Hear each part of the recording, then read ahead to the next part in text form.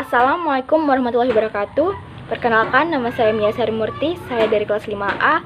Dalam kesempatan kali ini, saya akan membacakan hasil resume dari buku yang telah saya baca yang berjudul Literature Analytically Speaking, yang ditulis oleh Peter Swirsky dan diterbitkan oleh University of Texas Press. Bab 1, Analytic Aesthetic.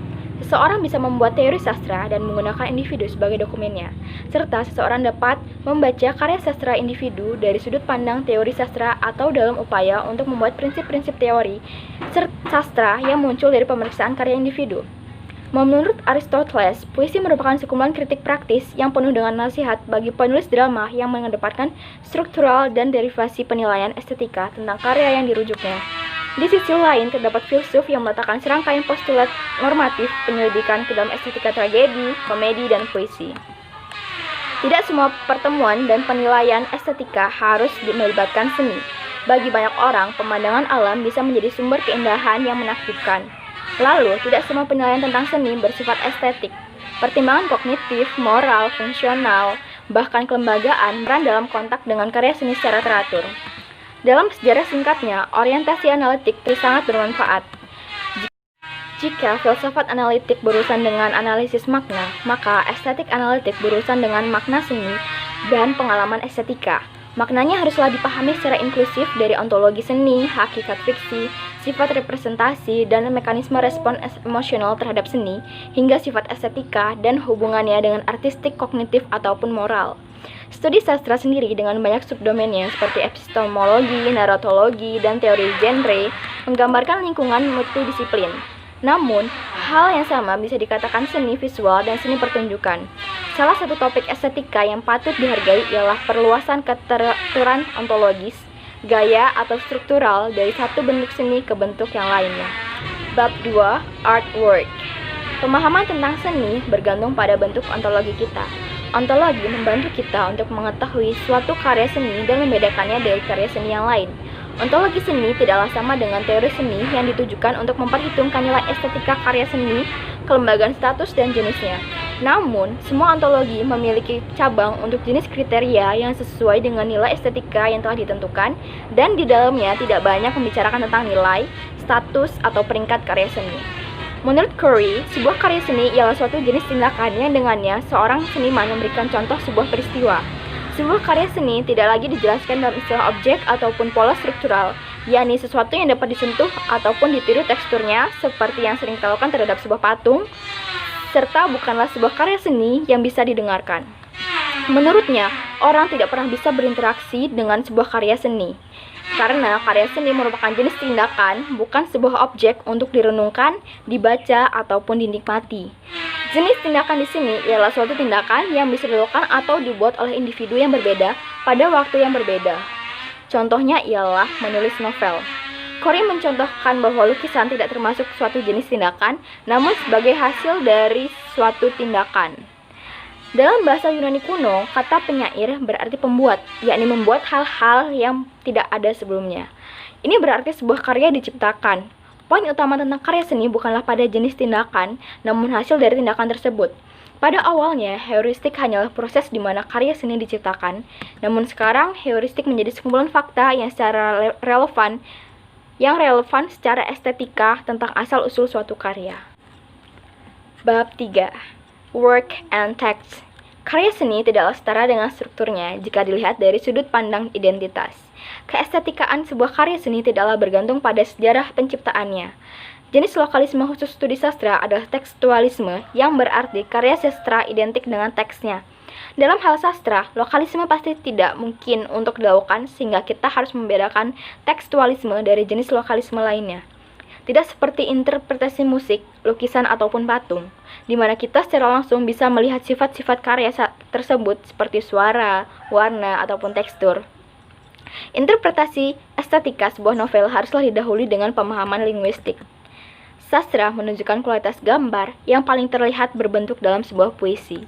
Hubungan antara estetika tekstualisme dan lokalisme ini bisa mendapat keuntungan dari kajian itu sendiri.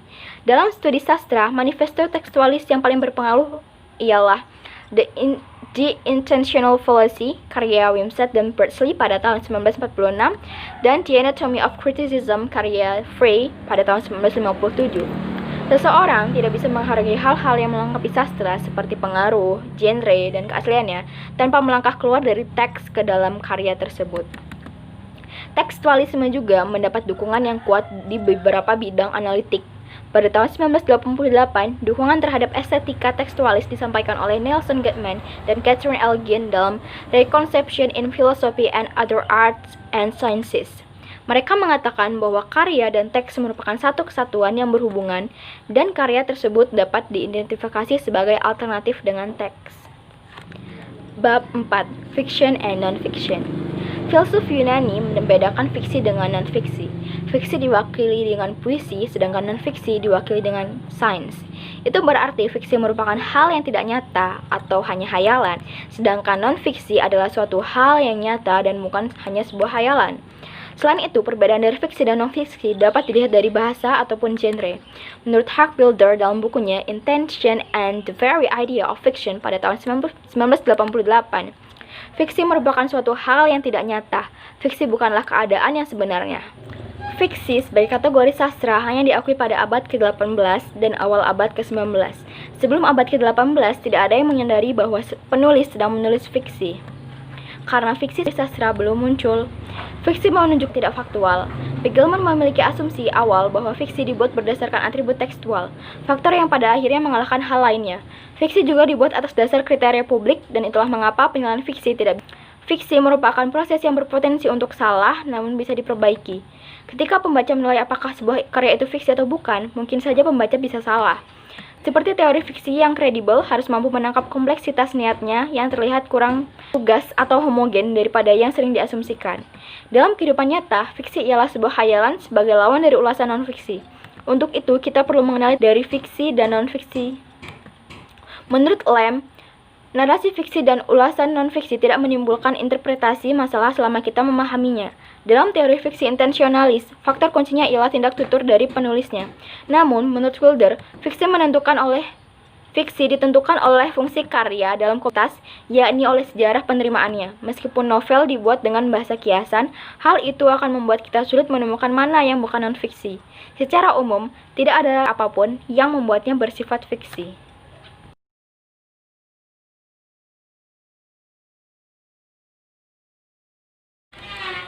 Bab 5. The Nature of Fiction. Fiksi tidak berada di dalam teks maupun di dalam atribut relational teks, esensial maupun fungsional. Sebaliknya, fiksi ditentukan oleh niat refleksif seorang penulis selama penciptaan karya. Dalam leksikon teori tindak tutur, fiksi merupakan sebuah performa. Gaya, diksi, genre, kiasan, retoris, derajat kebenaran atau mimesis merupakan sumber bukti tentang fakta sebuah masalah. Namun, faktanya terletak pada kekuatan ilokusi dari karya yang dimaksud. Pendapat yang berbeda terhadap sifat fiksi dapat dikontraskan dalam istilah terminologi tindak tutur. Tekstualis yang mengambil fitur linguistik inheren dari sebuah wacana untuk menjadi penentu dari fiksi berfokus pada lokusi. Fungsionalis yang penerimaan wacana berfokus pada perlokusi. Lokusi merupakan tindak tutur dalam bentuk kalimat yang memiliki makna serta dapat dipahami. Sedangkan perlokusi merupakan tindak tutur yang dapat mempengaruhi lawan. Fiksi tidak terkait dengan sastra. Lelucon merupakan fiksi, namun bukan sastra. Fiksi bukan tentang bahasa kiasan. Fiksi tidak dengan sembarangan. Fiksi bukan tentang kebohongan ataupun pernyataan. Fiksi juga bukan tentang sifat tekstual maupun gaya. Ia mengatakan bahwa fiksi mengandung tindakan ilokusi yang berbeda dari non-fiksi, berkomitmen pada pandangan bahwa kata-kata tidak memiliki makna dalam karya fiksi. Bab 6. Fictional Truth. Mencari tahu apa yang terjadi di dalam cerita berarti mencari tahu fakta di dalamnya. Merupakan langkah pertama yang berhubungan dengan semua karya fiksi. Hal pertama yang harus kita lakukannya agar kita dapat mengartikan atau karenanya penjelasan tentang kebenaran fiksi merupakan prasyarat untuk teori interpretasi mau apapun. Poe dalam bukunya The 1002nd Tale of Screwset menggambarkan permasalahannya dengan mengedepankan peran pertimbangan pragmatis dalam hubungan kita dengan fiksi. Poe sangat menyadari hal yang ditimbulkan oleh interpretasi kebenaran fiksi sedemikian rupa sehingga Poe membangun keseluruhan cerita dalam berbagai jenis latar belakang yang mungkin diperlukan untuk menyempurnakan cerita yang tersirat. Apa yang benar dan fantastis di setiap bagian cerita Poe relevan dengan bagian fiksi tertentu. Bergantung kepada pemilihan kesimpulan tentang isi fiksi, mungkin berbeda secara dramatis. Begitulah dengan fiksi. Semua non-fiksi tertanam dalam kenyataan. Pembaca mengisi konten menggunakan sesuatu seperti prinsip realitas, yakni asumsi empiris dan psikososial sehari-hari mereka tentang dunia nyata. Dalam non-fiksi, semua fakta-fakta tentang cerita dalamnya.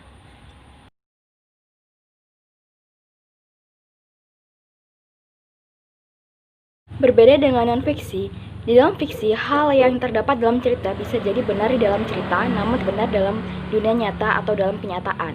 Latar belakang yang relevan untuk memahami karya fiksi juga berbeda dari latar belakang yang relevan untuk non-fiksi.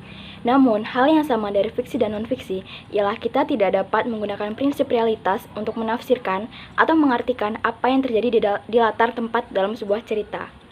Menghubungkan kebenaran dan kebenaran fiksi satu sama lain biasanya diasumsikan dengan dunia fiksi ialah proyeksi heuristik dari ruang semantik, tempat cerita terungkap, dan memetakannya ke dunia yang memungkinkan. Jika proposisi fiksi tidak benar dalam dunia kita, bisa jadi itu benar di beberapa kemungkinan dunia yang terkait dengan dunia fiksi sastra.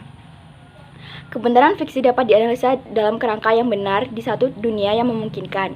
Menurut David Lewis pada tahun 1983, apa yang benar dalam fiksi dapat diperlakukan seolah-olah itu diucapkan dalam dunia cerita sebagai fakta yang diketahui. Saat menafsirkan apa yang benar sebuah cerita, kita secara implisit menerapkan pengubahan fiksi ini. Untuk mendapatkan penafsiran yang benar dalam dunia cerita, Lewis mempertimbangkan pluralitas dari kemungkinan yang terkait dengannya. Meskipun berbeda satu sama lain, namun semuanya memiliki inti yang sama yang terdiri dari semua eksplisit dalam teks, serta masuk akal untuk menyamakan kebenaran fiksi dengan apa yang benar di semua kemungkinan dunia, karena hal itu akan membuatnya identik dengan teks. Itu merupakan poin yang penting para teoritis sastra haruslah memahaminya, terutama bagi para teoritis sastra yang masih cenderung berpikir bahwa apa yang bisa kita katakan secara pasti tentang isi sebuah cerita ditentukan semata-mata oleh teks. Kita bisa memahami lebih banyak tentang cerita dibanding dengan apa yang dinyatakan atau dituliskan dalam cerita. Kebenaran fiksi ditentukan oleh teks yang ditafsirkan sesuai dengan latar belakang yang pas. Dalam buku Truth in Fiction pada tahun 1983, Lewis memberikan dua alternatif untuk memilih latar belakang yang relevan untuk mendapatkan kembali isi cerita yang tersirat. Bab 7, Intention and Interpretation. Dunia sastra merupakan alam semesta yang memungkinkan pembaca merasakan realitas atau menjadi korban dari halusinasinya sendiri. Hirsch menyimpulkan bahwa niat sangatlah diperlukan dalam sebuah komunikasi. Hirsch juga menyatakan bahwa makna teks merupakan identik atau secara logis setara dengan makna penulisnya. Hirsch mengidentifikasikan teks dengan karya. Lalu ia berpendapat bahwa ada makna terbaik atau benar dari sebuah karya sastra, serta ia merefleksikan makna pengarang untuk setiap dan semua skenario sastra. Hirsch menyatakan bahwa makna sebuah karya sastra identik dengan pengarangnya. Lalu Brain mengatakan bahwa kendali seorang novelis atas materinya adalah total.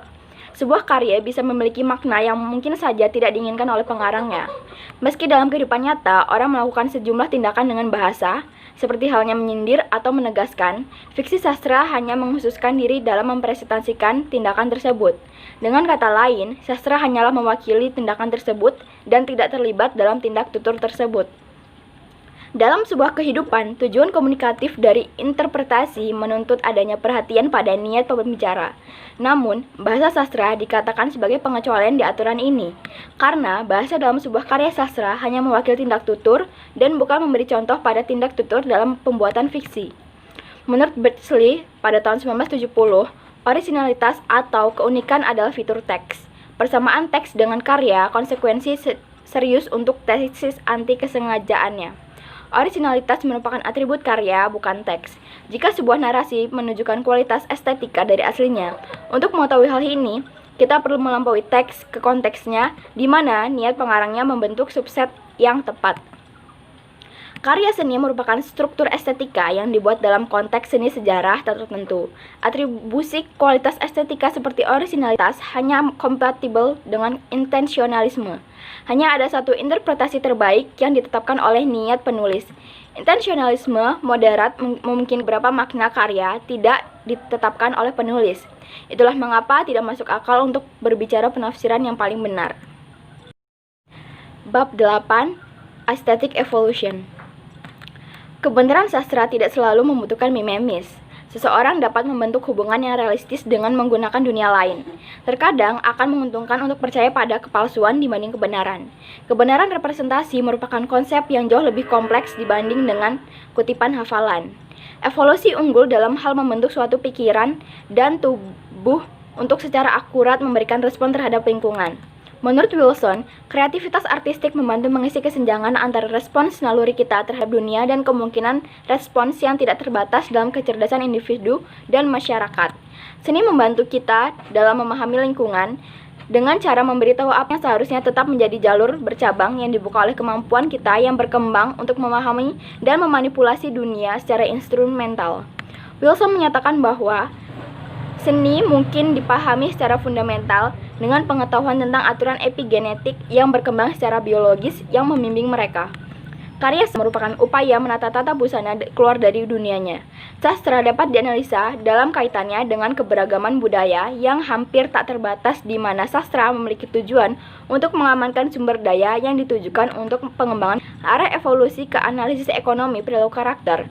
Motif dan keputusan manusia seringkali lebih bergantung pada kebutuhan adaptif organisme biologis dibanding perhitungan ekonomi klasik yang memaksimalkan utilitas. Menurut salah satu ahli atas nama teori sastra dalam aliran evolusioner, semua elemen dari niat kepenulisan, tanggapan pembaca, perilaku karakter, bahkan atribut karya sastra dapat dianalisis dengan memanfaatkan hal di dalamnya. Menurut Joseph Carroll dalam Adaptionist Critique of Literary Value, secara bertahap dapat bergabung dengan badan penelitian interdisipliner yang bertujuan mengungkap pola perilaku dan kognisi manusia. Sekian resume buku dari saya. Terima kasih atas perhatiannya. Wassalamualaikum warahmatullahi wabarakatuh.